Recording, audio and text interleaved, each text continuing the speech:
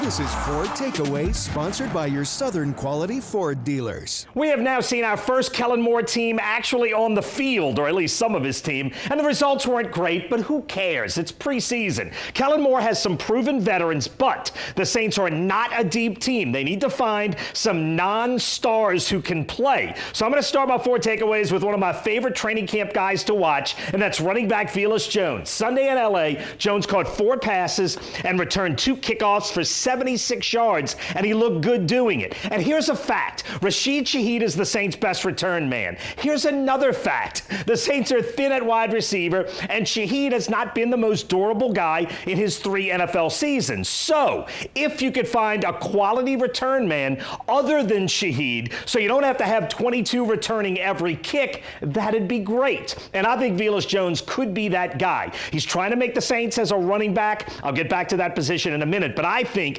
he makes the Saints roster and he plays a role. Now at number 3, before I get there, quick timeout. If you haven't noticed, I've got a clicker this year. No wild hand movements, though I'm still not quite sure what to do with my hands. I'll have to figure that out. All right, at number 3, I hope this is not really a problem, but Trey Lance killed the Saints running. In the last few seasons, mobile quarterbacks have run all over the Saints, and LA's Trey Lance ran for 48 yards and a touchdown. His passing numbers were terrible, but he was the game's leading rusher. So many Saints starters on D didn't play, so hopefully this isn't really a problem, but this was deja vu we didn't need. At number 2, the Saints' inability to run the ball could be a real problem. The team's best offensive lineman, center Eric McCoy, didn't play, neither did this guy, who would have single-handedly made the Saints' rushing attack better, but it was bad. Running backs got 15 carries Sunday. They only gained 29 yards. Obviously, that's terrible, and it raises major questions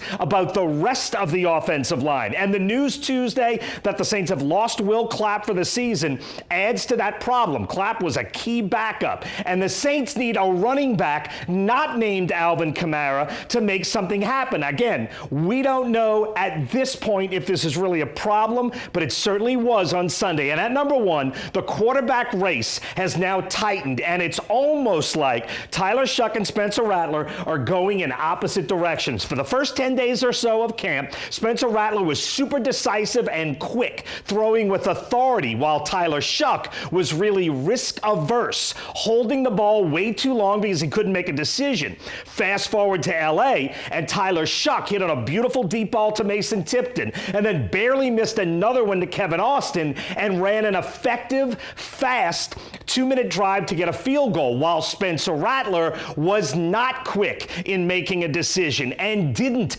go upfield. And the numbers bear that out. Shuck's quarterback rating Sunday was better than Rattler's, but also the yards per pass tell a story. Spencer Rattler at 4.8 just didn't let it fly. Shuck at 7.5. 55 guys played quarterback in the NFL last season. This number would have ranked Spencer Rattler 55th in the NFL. Shuck's 7.5 would have been 12th in the league. Now, a lack of running game hurt Rattler more than it hurt Shuck. If Spencer Rattler, though, wants to be the Saints' starting quarterback, he has to let it rip more than he did Sunday. Kellen Moore keeps saying mistakes are okay right now, and Spencer Rattler played like he was afraid to make a mistake. But that was just one game, and right now the race is pretty even, but the arrow is up on Tyler Shuck's side, at least right now. And that's about 4 takeaways from the preseason opener in Los Angeles.